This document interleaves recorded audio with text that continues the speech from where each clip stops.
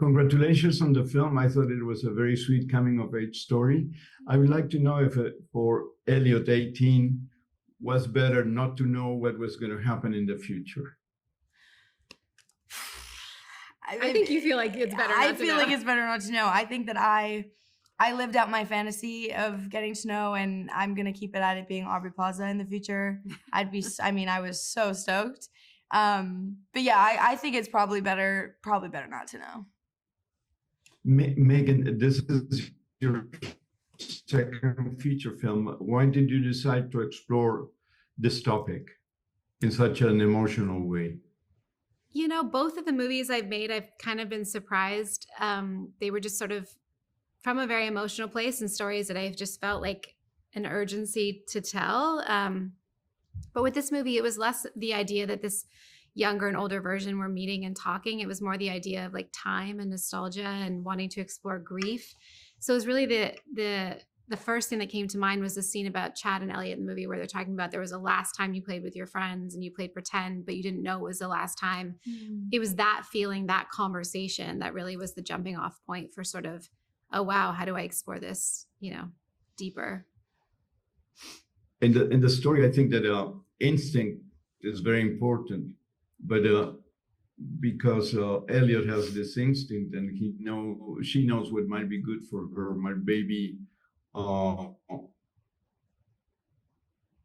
She represents a teenager, but maybe teenagers are more intelligent than adults gave credit for. Yes. And than the credit they get. Yes. If you can comment on that. I love that you said that. I mean, that's always what I felt about Megan's writing. Was like when I read The Fallout, I was 17, it was her first movie, and I was like so excited by her writing for a young person. It was like the only thing I'd ever read that was like serious.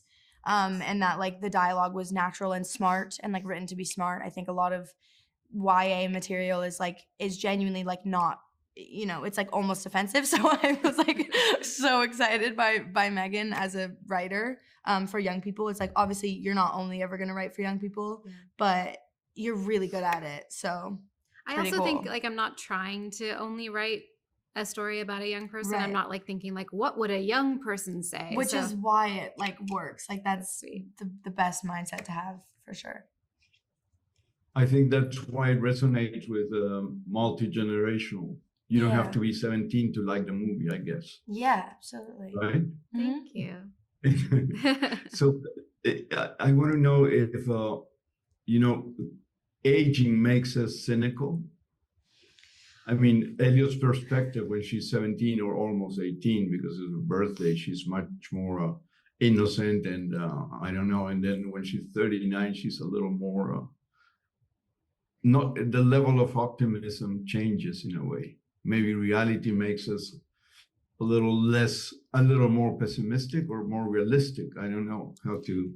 Yeah, I think it can. Yeah. I think, there's like things that can happen in your life and it shifts your perspective. And I think that's sort of the beautiful thing about the film, hopefully, is that although it is younger Elliott's story in so many ways, it's really older Elliott's lesson or reminder about when you experience, grief, you also got to experience love, and that's why you're experiencing grief. So it's that reminder that you have to kind of go through those difficult things to feel the good things as well. Yeah. If you're only feeling good things, you don't have an appreciation that it's a good thing without the bad. So it's really that life constantly, I think, reminds you that those things go hand in hand, and it can make you cynical, but that's hopefully the beautiful reminder is like, oh yeah, remember how much easier it was to accept that when you were younger. Mm-hmm.